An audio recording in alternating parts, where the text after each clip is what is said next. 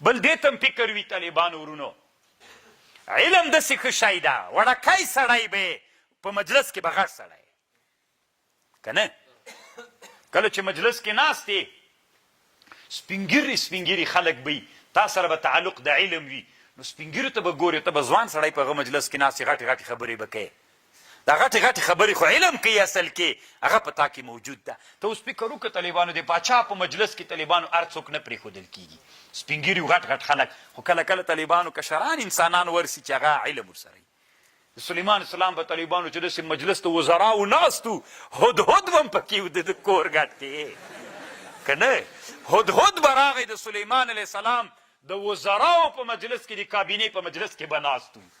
و زوی مړ کې دا هدهد ته شی کړي دي چې الله دومره کمال ورکړی چې د وزیرانو د کابینې په غونډه کې دا هدهد په چوکۍ نیغ ناست دي علت یې څه شی و طالبانو علم احط بما لم تحط به خبرا یو ورځ طالبانو مجلس و د کابینې مجلس و د حضرت سلیمان علیه السلام رئیس الوزرا هم ناست و بل وزیر هم ناست و او بادشاه هم ناست و د الله خلیفه هم ناست و ټول ناست ول سلیمان علیه السلام ویلي دا هدهد چیرې دا چوکۍ خو خالي ده که نه دا د کابینې مجلس ته ولې نه ده راغلی نن زه به د ده سره ګورم داسې ورته په غوسه سو هدهد چې راغی سلیمان علیه السلام ته وایي حط بما لم تحط به خبره زه په داسې شي علم لرم چې تی نه لري د کابینې په مجلس کې ټولو وزیرانو دته غوږ نیولی خو علم ورسره وکړه نو که غواړئ چې په غټو مجلسونو کې کښېنئ جای پیدا کړئ علم ځان کې راولئ او که غواړئ چې څوک مو په دربار کې هم پرېنږدي د دربار په دروازه کې هم پرېږدي ځان علم نه خالي کوي په خبر پوه شوئ طالبان علم بیا به وایم علم کوم سړی طالبانو ډېر کته سړی وي بې علمه سړی کوم سړی طالبانو په ټولنه کې ډېر څوک هغه سړی چې علم والا سړی اوس طالبانو زه بله ورځ چې عمان ته تلم د کابل میدانوي ته چې ورغ یعنې الله د مجاهدینو سره ډېر ښه وکړي نو هره دروازه باندې چې دروازه به یې راخلاصه کړه شیخ صاحب ستړی مې درځه خو اصلا خو درځه اخر ته چې ور ورسېدلې که نه هغه خاص هغه ته بس سړی راغه خپله د یو ای پي ولا مشر راسي ما نه لیدلی نه مې مخکې ورته ویلي چې زه درځم خو بس هغه دې راکړه اسناد دې راکړه بولډینګ پاسونه راواخلستي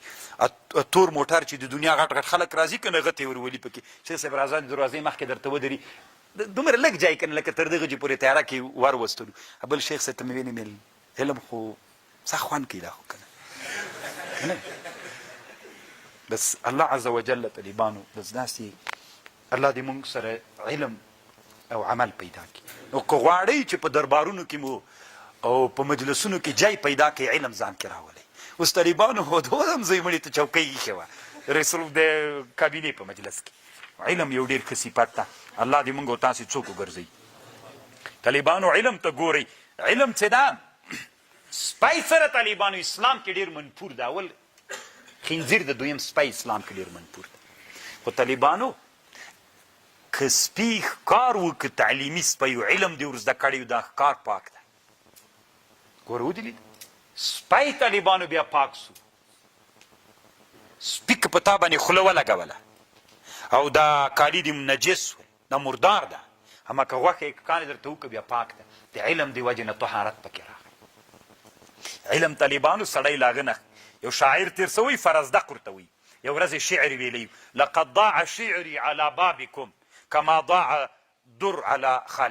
خالصه طالبانو د سليمان ابن عبدالملک ابن مروان معشوقه وه ډېره پګرانه وه د هغې په غاړه کې به کوم ملغلرې چې پرتې وې عجیب خوند به یې کوه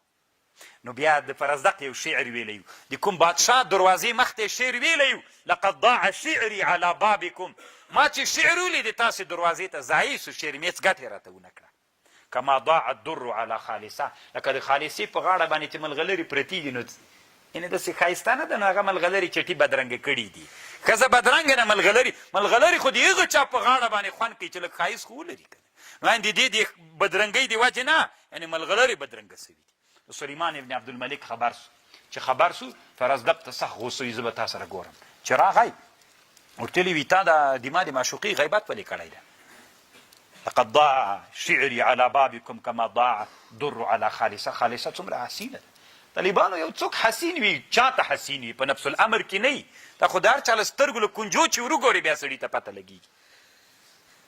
په رزدق ورته ویلي وي سلیمان ابن عبدالملک دا د الله پاک هلاک کی. چا درته د ما د شعر معنا کړې ده؟ ما کله د شعر ویلی ده؟ ما داسې ویلي دي لقد ضاع شعري على بابكم. لقد ضاع ځلېدلی و شعر د ما چې تاسو دروازې کې مې شعر ویلی ډېر وځلېده، خوند یې وکړ. کما ضاع الدر على خالصه. لکه چې ملغلرې د خالصې په دې سینه باندې چې پرتې وي داسې پړکې وهي.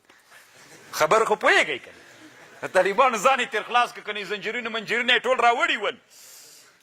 او ویلې چې هغه ور واچوي، تر هغه وخت یې زنجیرونو کې وتړئ چې سات یې روزي لپاره زده کړه. خو طالبانو علم له چا نه خلاص کړ؟ ضاع یې په ضا باندې بدل کړ. ضاع علم طالبانو سړی له چا نه باسي؟ له زندان نه باسي.